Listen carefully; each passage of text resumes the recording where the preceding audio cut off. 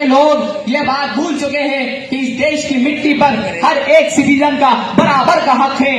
During the emergency 1976 میں 42 amendment جسے منی constitution بھی کہا جاتا ہے، جس میں سوشلسٹ، سیکولرزم اور انٹیگریٹی جیسے لفظ کو ہمارے پریامبل میں ایڈ کیا گیا، جس میں سوشلسٹ کا صاف مطلب یہ ہے کہ اس دیش کے اندر جاتی، لنگ یا دھرم کے نام پر کسی بھی شخص کے ساتھ کوئی بھید بھاؤ نہیں کیا جائے گا.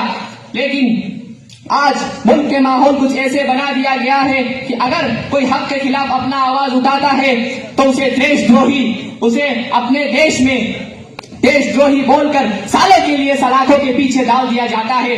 میرے بھائیوں، ہندوستان کا اتہاس تب تک پوری طرح نہیں لکھی جا سکتی جب تک اس میں مسلمانوں بلکہ ہمارے بزرگوں کی قربانی نہ بتائی جائے. یہ لڑائی صرف 1856 سے شروع نہیں ہوئی تھی، بلکہ اس وقت سے شروع ہوئی تھی جب 1601 میں انگریز ویاپار کے بہانے ہمارے دیش پر آئے.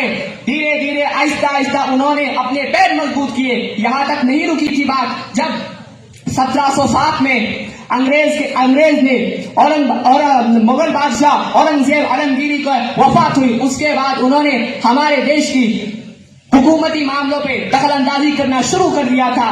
اس کے بعد 1799 میں جب ٹیپو سلطان کی شہید ہوئی، اس کے بعد انہوں نے دلی کے لال قلعے پر اپنا جھنڈا لہرا دیا اور اعلان کیا کہ خلق خدا کی، ملک بادشاہ کا اور حکومت ایسٹ انڈیا کا. اسی غلامی کے خلاف 1803 میں شاہ عبد العزیز دہلوی نے انگریز کے خلاف آزادی کا فتویٰ جاری کیا. اسی مشن کو آگے بڑھاتے ہوئے سید احمد شہید اور اسماعیل شہید کے لیڈرشپ میں ہمارے علماء دیش کے کونے کونے میں گئے اور ہر لوگوں کو سمجھایا کہ دیش کی آزادی کے بارے میں. یہی تک نہیں رکی تھی بات. 1856 میں جب بڑی بغاوت ہوئی، اس میں 2 لاکھ لوگ شہید ہوئے، جس میں 51,000 صرف ہمارے علماء تھے. اس کے بعد اس لڑائی کی ناکامی سے لوگ نراش ہونے لگے اور سمجھنے لگے کہ ہم انگریزوں سے نہیں جیت پائیں گے. اس کے بعد 1866 میں دارالعلوم دیوبند کی بنیاد رکھی گئی تاکہ نئے آزادی کے دیوانے تیار کیے جائے.